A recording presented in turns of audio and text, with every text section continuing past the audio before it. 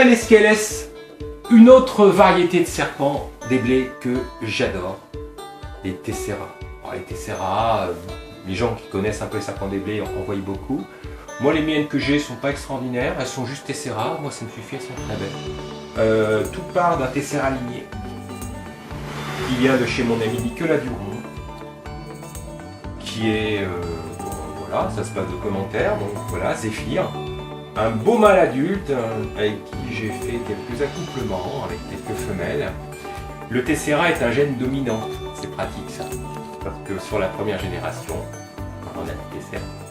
Voilà. Alors le Tessera ligné se distingue par le fait qu'il est ligné, waouh, très original. Disons qu'il a, en fait, quand on regarde de près, Tessera ça veut dire mosaïque. Là les mosaïques on les voit pas en fait. C'est vraiment, pour moi le Tessera ligné c'est un ligné qui est d'une finesse incroyable. Après, les Tessera, je les aime aussi pour d'autres raisons, notamment les mosaïques, les taches qu'il y a sur les flancs qu'on n'a pas chez le ligné. Donc limite, qu'il soit ligné, c'est chouette, mais limite, c'est pas que je travaille pas le ligné, c'est que j'ai, pour l'instant, ma sensibilité au Tessera est quand même un petit peu plus marquée sur des Tessera non lignés que lignés. Mais bon, on évolue toujours. Hein. Donc j'ai ce mâle Tessera qui est donc est albinos, ça j'en suis rendu compte avec quelques reproductions. Ça c'est pratique, très pratique, parce que j'aime beaucoup les Tessera albinos. Et puis être caramel aussi, je m'en suis aussi, voilà, Nicolas me l'avait dit. À albinos je n'étais pas sûr, avec caramel Nicolas me l'avait dit, et donc j'ai effectivement testé sur quelques bébés que je vais vous montrer. Alors avant de vous parler des bébés, je vous montre quand même un ou deux adultes.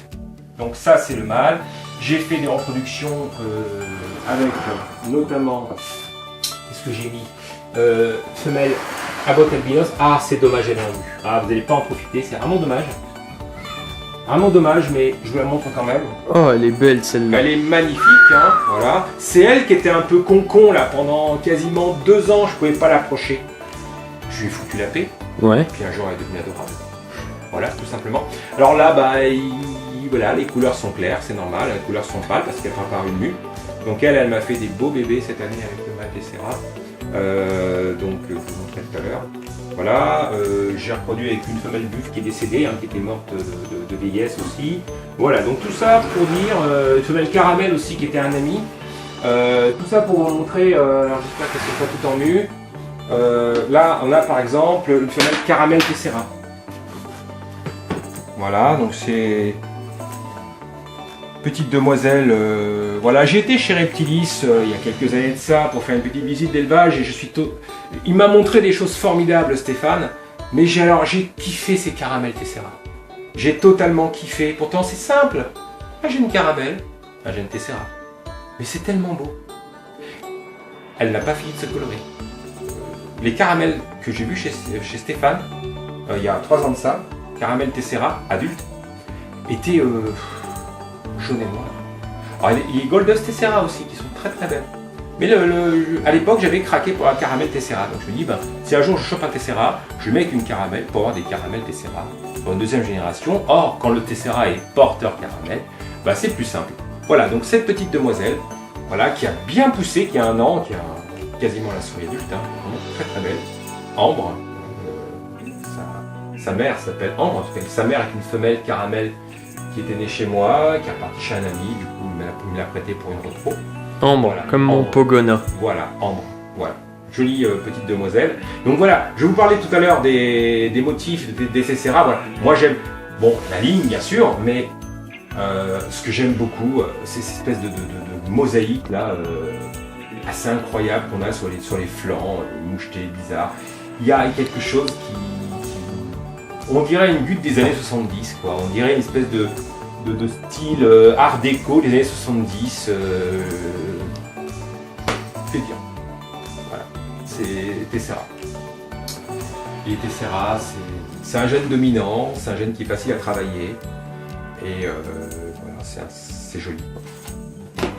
C'est joli, et puis ça reste du serpent des blés, avec tout ce qu'on accorde au serpent des blés comme côté pratique et génial. Toujours dans les Tessera, qu'est-ce que je vais vous montrer encore? J'ai une femelle Tessera de forme naturelle. Je pensais que c'était une buffe, et puis en fait non, mais je la garde, elle est superbe.